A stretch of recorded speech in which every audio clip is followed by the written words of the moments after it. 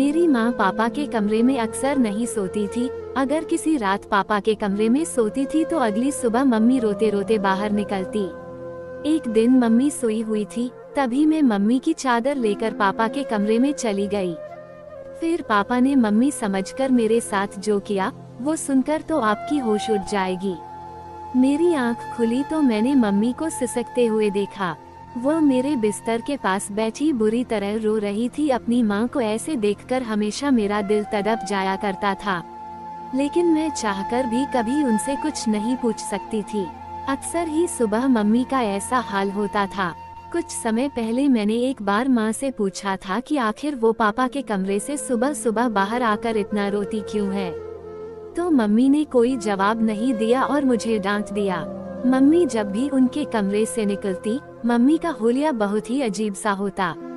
उनके बिखरे हुए बाल और पुराने कपड़े एक अजीब सी मजबूरी सुना रहे होते।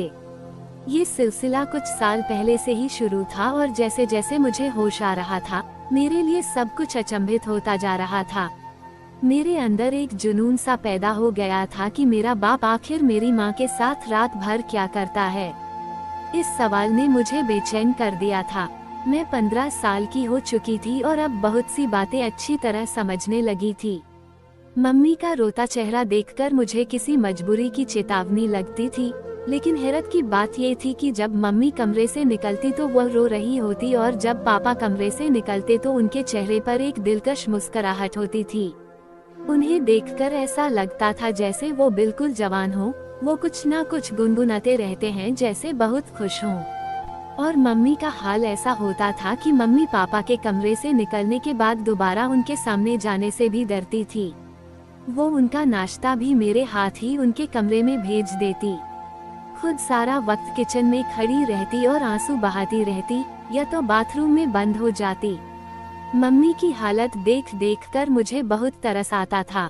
मैं 10 क्लास में पढ़ती थी और नाश्ता देने के बाद मैं अपने स्कूल के लिए घर से निकल जाया करती थी, लेकिन सारा वक्त मेरे दिमाग में मम्मी का ख्याल घूमता रहता।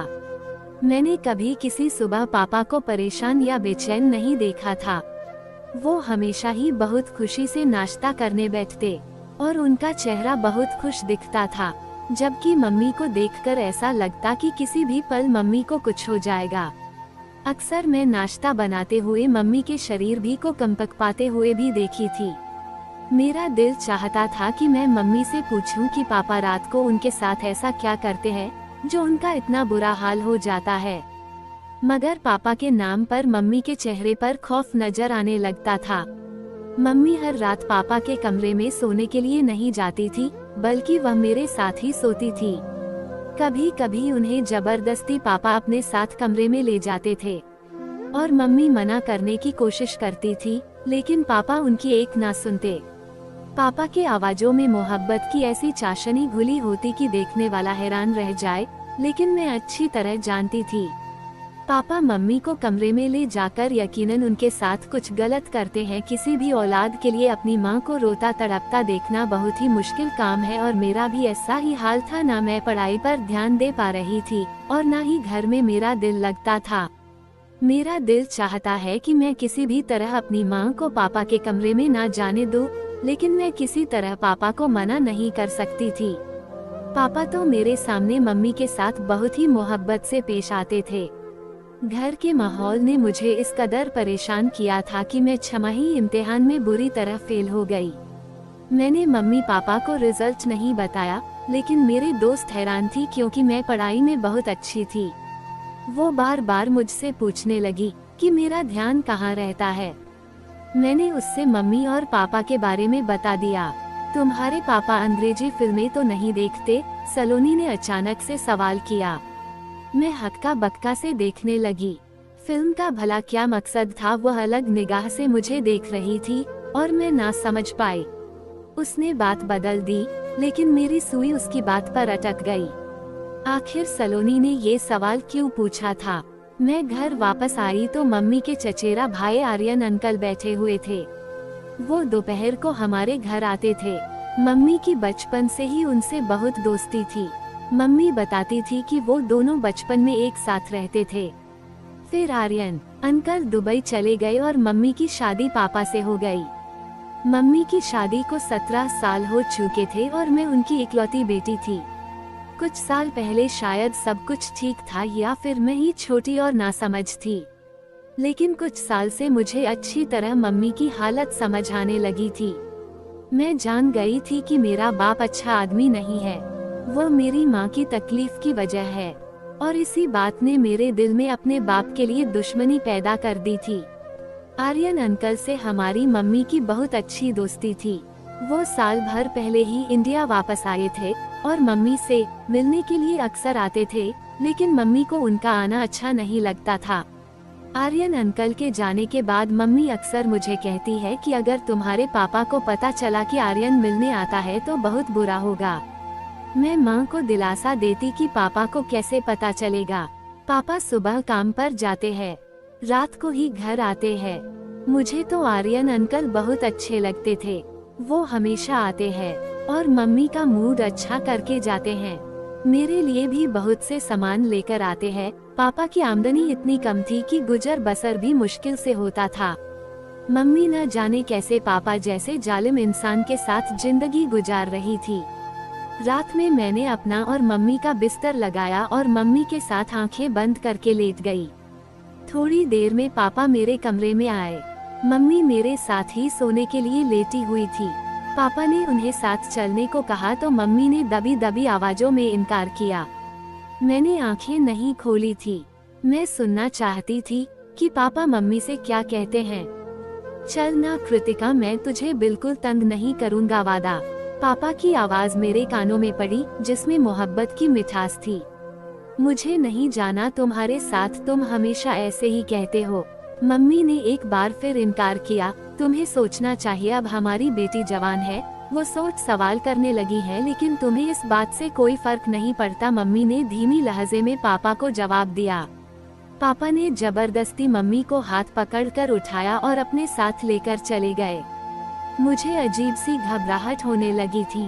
पापा मम्मी के साथ न जाने क्या करते थे, और सलोनी की अंग्रेजी फिल्म वाली बात भी मेरे दिमाग में अटक गई थी। 2 घंटे गुजर गए थे, लेकिन मम्मी वापस नहीं आई। मैं पानी पीने के लिए कमरे से निकलकर बावर्ची खाने में गई। मम्मी थोड़ी ही देर में मेरे पीछे चली आई। मैंने एक गहरी निगाह मम्मी पर डाली, जिनके बाल बिखरे हुए थे। जिस बात ने मुझे चौंकाया वो मम्मी की कमीज का फटा हुआ आस्तीन था। मम्मी को मेरी नजरों का एहसास हो गया था। वो जल्दी से दुपट्टा को अच्छी तरह लपेट ली।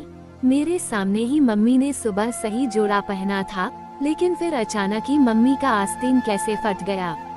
मम्मी मुझसे पूछ रही थी कि मैं इतनी रात को क्यों जाग रही हूँ। मैंने झूठा बहाना बनाया कि मैं भी उठकर पानी पीने आई थी। मम्मी मेरे साथ वापस मेरे कमरे में आ गई। मैंने सोने के लिए आंखें बंद कर ली, लेकिन मुझे मम्मी की सिसकियों की आवाज सुनाई दे रही थी। मेरा दिल चाह रहा था कि मैं उठकर अपनी मम्मी को तसल्ली दूं और दिल में आए सारे सवाल को जबान पर ले आऊं, लेकिन मैं अपनी जगह खामोश पड़ी रही। पापा सुबह सुबह ऐसे तैयार होकर कमरे से निकले थे जैसे कोई जवान लड़का हो। पापा की आमदनी कम थी, लेकिन पापा हमेशा खुश रहते, मुस्कुराते रहते। काम पर हमेशा ऐसे तैयार होकर जाते जैसे सेठ आदमी हो। मैंने उल्टा निगाह अपने बाप पर डाली, जिससे मुझे आज भी नफरत महसूस हो रही थी। पापा के आगे नाश्ता रखकर मैं स्कूल चली गई। सारा दिन स्कूल में भी मेरा दिमाग मम्मी के फटे हुए आस्तीन की तरफ था। स्कूल से वापसी पर मुझे आर्यन अंकल मिल गए। मुझे देखते ही उन्होंने मुझे अपनी गाड़ी में बैठा लिया। मैं बिना सोचे समझे उनकी गाड़ी में बैठ गई। आर्यन अंकल ने गौर से मेरी तरफ देखा और कहने लगे कि मुझे बताओ, तुम्हें क्या परेशानी है, तुम इतनी खोई खोई से क्यों रहती हो। मैं इस कदर जज्बाती हो चुकी थी कि मैंने आर्यन अंकल को सारी बात कह दी। मेरी बात सुनकर आर्यन अंकल कहने लगे कि तुम्हें अंदाजा है कि मेरा बाप अच्छा आदमी नहीं है, तुम अपनी माँ को अपने बाप से आजादी क्यों नहीं दिलवा देती। कब तक तुम दोनों उनकी जुल्म की चक्की में पिसते रहोगी। आर्यन अंकल ने बहुत ही फिक्रमंदी से मुझे एडवाइस दी, जिसे सुनकर मेरी होश उड़ गई। मैं पापा को छोड़ने के बारे में सोच भी नहीं सकती थी। पापा ने मेरे साथ कभी ऊंची आवाज में बात तक नहीं की थी। फिर मैं पापा को जालिम कैसे कहती। मैं तो ये भी नहीं जानती थी कि बंद दरवाजे के पीछे मम्मी और पापा के दरमियान क्या होता है। आर्यन अंकल की बात सुनकर मैं सोच के समंदर में डूब गई। बहुत सोचने के बावजूद भी मुझे पापा की कोई ऐसी बात याद नहीं आई थी जिससे मैं उन्हें जालिम करार देती। लेकिन मम्मी की तड़प और आंसू पापा को जालिम साबित करते थे। आर्यन अंकल मुझे स्कूल से लेकर घर चले आए और खुद भी अंदर आ गए। मम्मी हम दोनों को देखकर खुश हो गई थी। हमारे लिए फौरन खाना लगा दिया। मैं बहुत ज्यादा थक गई थी, इसलिए सोने के लिए अपने कमरे में आ गई और आर्यन अंकल मम्मी के पास बैठे रहे। मुझे नींद नहीं लग रही थी। मैं सारा वक्त आर्यन अंकल की बात को सोचती रही। मम्मी को पापा के कमरे में गए 3 दिन गुजर चुके थे और पिछले 3 दिन से मम्मी मेरे साथ मेरे कमरे में सो रही थी। मम्मी जब मेरे पास रहती थी बिल्कुल अच्छी और बेफिक्र रहती थी। पापा का रवैया तो हमेशा एक जैसा ही रहता था। जिस दिन वो मम्मी को अपने कमरे में ले जाते उस दिन वो रोजाना से ज्यादा खुश महसूस होते थे। चौथे दिन पापा मम्मी को फिर अपने कमरे में ले गए थे और मैं सारी रात बेचैनी से करवटें बदलती रही थी। मम्मी जब सुबह पापा के कमरे से निकली तो उन्हें ठीक तरह से चलना भी नहीं आ रहा था और वो एक पैर जमीन पर घसीट घसीट कर बड़ी मुश्किल से चल रही थी। मैंने मम्मी से पूछा कि मम्मी तुम्हारे पाँव में क्या हुआ है, तो कहने लगी छोटी छोटी बातों पर ध्यान न दिया करो और दिल लगाकर पढ़ाई करो। अगर तुम्हारा 10वीं का रिजल्ट अच्छा नहीं आया तो तुम्हारे पापा उसका जिम्मेदार भी मुझे ही समझेंगे। मम्मी की आंखों से टिप टिप आंसू गिरने लगी और पापा के लिए नाश्ता बनाने चली गई। उसके बाद दोबारा किचन से बाहर न आई। मैं मम्मी को नाश्ता देने के बाद पापा के पास गई। उन्हें नाश्ता दिया तो पापा मुझसे मेरी पढ़ाई के बारे में पूछने लगे। पापा के लहजे में इतना शहद था कि मैं पापा की इस दोगली तबीयत पर हैरान रह गई थी। पापा किसी तरह भी सख्त जालिम नजर नहीं आते थे, बल्कि मम्मी की हालत चीख चीख कर पापा के जुल्म की दास्तां सुनाती थी। मैं पापा को नाश्ता देने गई तो पापा मुझसे मेरी पढ़ाई के बारे में पूछने लगे। मैंने पापा से कहा कि मुझे मम्मी के बगैर नींद नहीं आती और वो मम्मी को रात को अपने कमरे में ना बुलाया करें। मेरी बात सुनकर पापा मुस्कुराने लगे। कहने लगे मैं तो कभी कभी तुम्हारी माँ को अपने पास बुलाता हूँ। मेरा भी तुम्हारी माँ पर हक है और मैं उससे बहुत मोहब्बत करता हूँ। पापा की बात सुनकर मेरा खून खौल उठा था, क्योंकि उनकी मोहब्बत के नज़ारे में आए दिन देखा करती थी। लेकिन पापा से कुछ बोलने के बारे में मैं सोच भी नहीं सकती थी, इसलिए खामोशी से स्कूल के लिए चली गई। स्कूल में टीचर पढ़ाते हुए हमें समझा रही थी कि कभी भी पूरा सच जाने बगैर कोई फैसला नहीं करना चाहिए। आधा सच हमेशा बहुत खतरनाक होता है, जो इंसान को बर्बाद करके रख देता है। टीचर की बात ने मेरे दिमाग की एक और खिड़की खोल दी थी। मैंने सोच लिया कि पापा का पूरा सच जानकर रहूंगी और फिर अपनी माँ को पापा से आजादी दिलवा दूंगी। आर्यन अंकल ने मुझसे वादा किया था कि वह हर वक्त मेरी मदद करने को तैयार रहेंगे। मेरी माँ बिल्कुल मेरे जैसी थी। मैं उम्र में 15 साल की थी, लेकिन नाक नस्क से मैं बिल्कुल अपनी माँ की तरह थी। अगली रात मैंने खुद ही अपनी माँ को नींद की दवा देकर सुला दिया और खुद अपनी माँ की चादर ओढ़कर पापा के कमरे में चली गई। पापा के कमरे में एक छोटा सा बल्ब जल रहा था। पापा अंधेरे की वजह से मुझे मम्मी समझ बैठे थे। मेरी खुशनसीबी है कि कृतिका आज खुद चलकर मेरे कमरे में आई है। पापा बहुत ही खुशी से कहते हुए मेरे करीब आए। मुझे कंधों से पकड़कर अपने बराबर में बैठा लिया। पापा के बराबरी में बैठे मेरी शरीर कांप रही थी। मैं नहीं जानती थी कि उससे आगे मेरे साथ क्या होने वाला है, लेकिन आज मैं पूरा सच जानना चाहती थी। पापा बहुत मोहब्बत से कहने लगे, कृतिका बेटी जवान हो रही है, ये कहकर तू मुझसे इस कदर दूर हो गई है कि मुझे जबरदस्ती तुझे अपने कमरे में बुलाना पड़ता है। मेरा भी तो तुझ पर कुछ हक है। मैं मानता हूँ कि हमारी बेटी जवान हो रही है, लेकिन वो इतनी छोटी भी नहीं है कि उसे यह ना समझ हो कि माँ बाप एक कमरे में एक साथ रहते हैं। तू सारा दिन काम करके थक जाती है, चल अब सुकून से मेरे साथ सो जा। मैं तुझे अपने करीब देखकर खुश हो जाता हूँ। पापा को अंधेरे की वजह से मेरा चेहरा नजर नहीं आ रहा था और पापा ने खुद ही मुझे अपने तकिए पर लेटा दिया। वो बहुत आहिस्ता आहिस्ता मेरे कान के करीब होकर बातें करने लगे। वह कह रहे थे कि अपने आमदनी का कुछ हिस्सा उन्होंने जमा कर लिया है, जिससे वह मेरी शादी करेंगे। उसके बाद जो कुछ पापा ने कहा वो सुनकर मेरे होश उड़ गए। वह कह रहे थे, मैं जानता हूँ कि आर्यन ने एक बार फिर हमारे घर का रास्ता देख लिया है, लेकिन कृतिका मैं तुझे बता दूं कि वो इंसान ठीक नहीं है और ना ही उसकी नीयत अच्छी है। पहले भी एक बार वो तुझे बर्बाद करने की कोशिश कर चुका है और अब तो हमारे घर जवान बेटी भी है, इसलिए तो एहतियात का दामन थाम के रखना। पापा को अभी तक मालूम नहीं था कि मैं मम्मी नहीं बल्कि उनकी बेटी हूँ। पापा बहुत आहिस्ता से मेरे बालों में हाथ फेर रहे थे और कुछ ही देर बाद पापा को नींद लग गई। काफी देर तक मैं दम साधे पापा के पास लेटी थी, लेकिन पापा तो बहुत गहरी नींद सो चुके थे।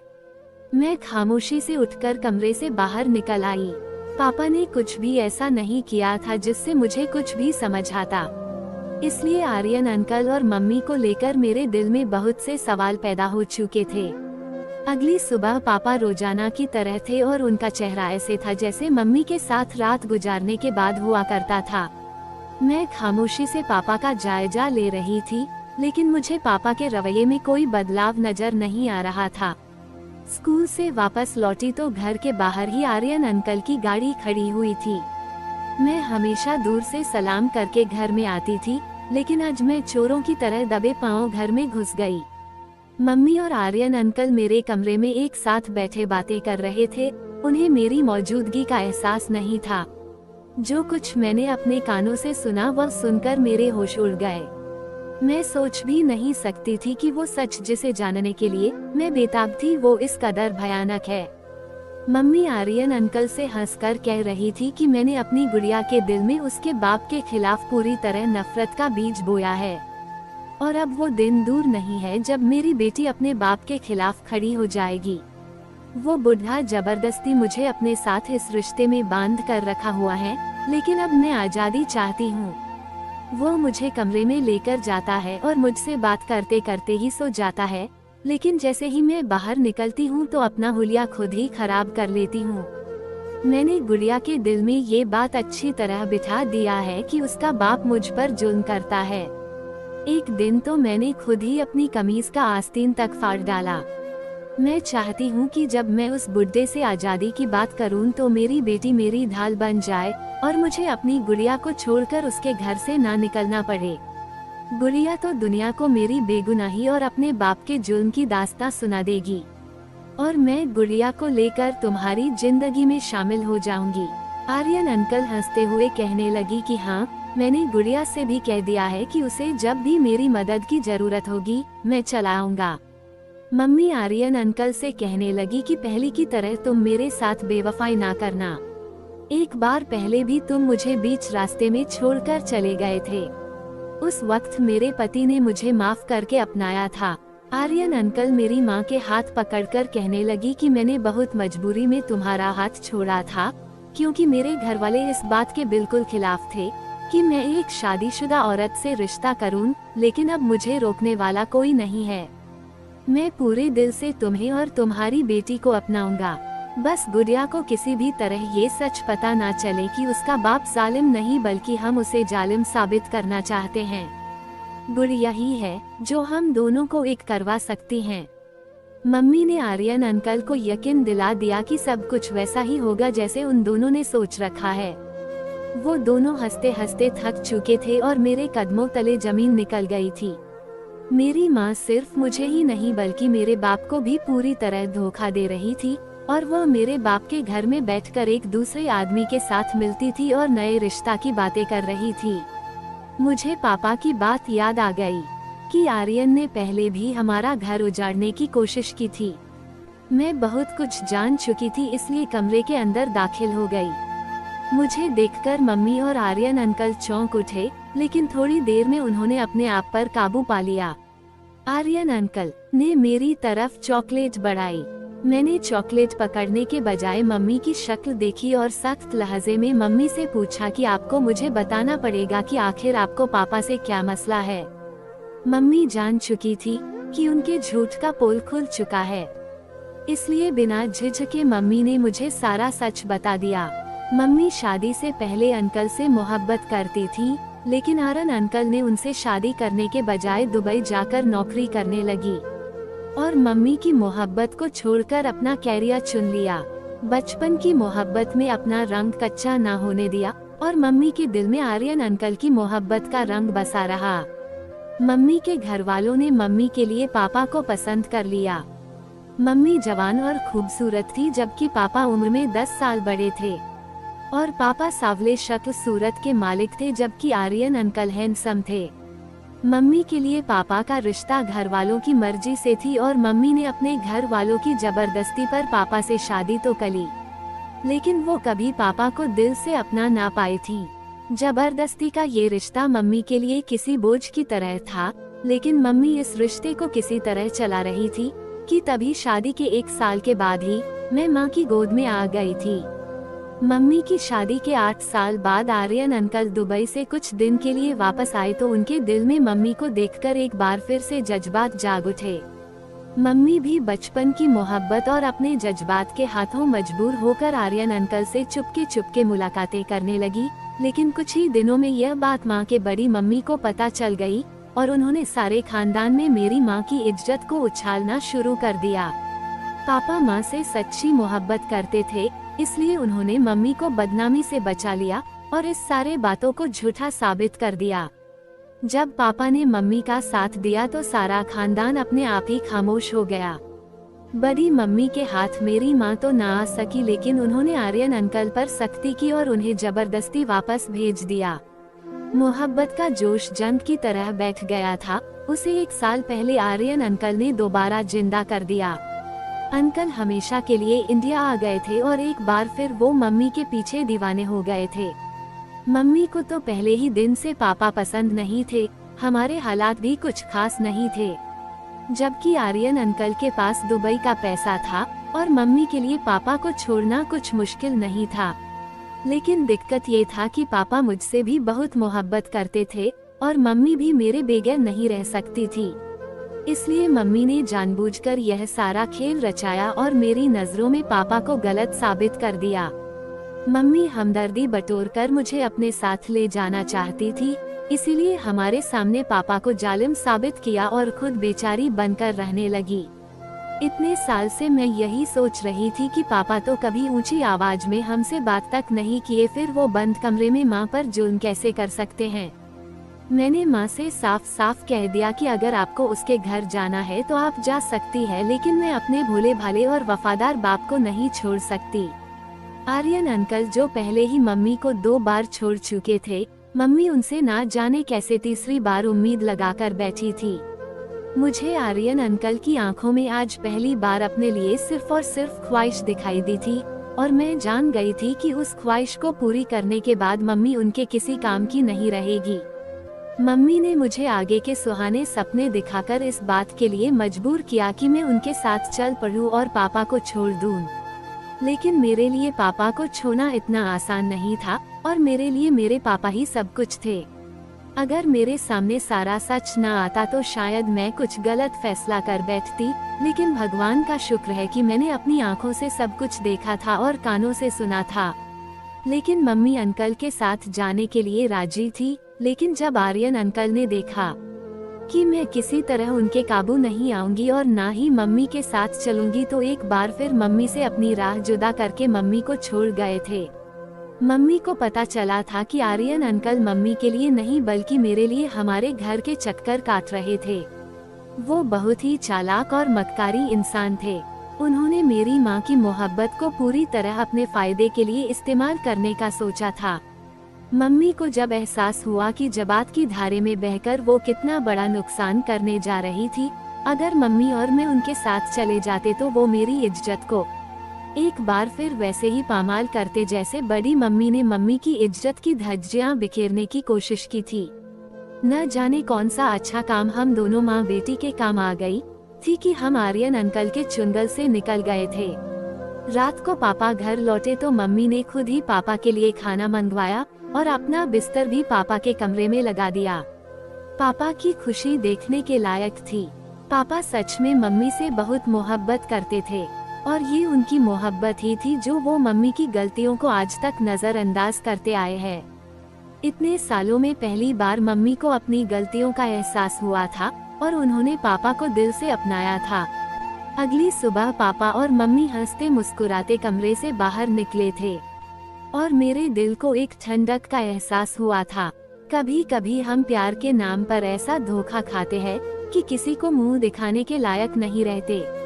असल मोहब्बत तो विवाह के बाद ही होती है, जिसमें इंसान एक दूसरे का ढाल बनकर एक दूसरे का इब ढाक लेता है।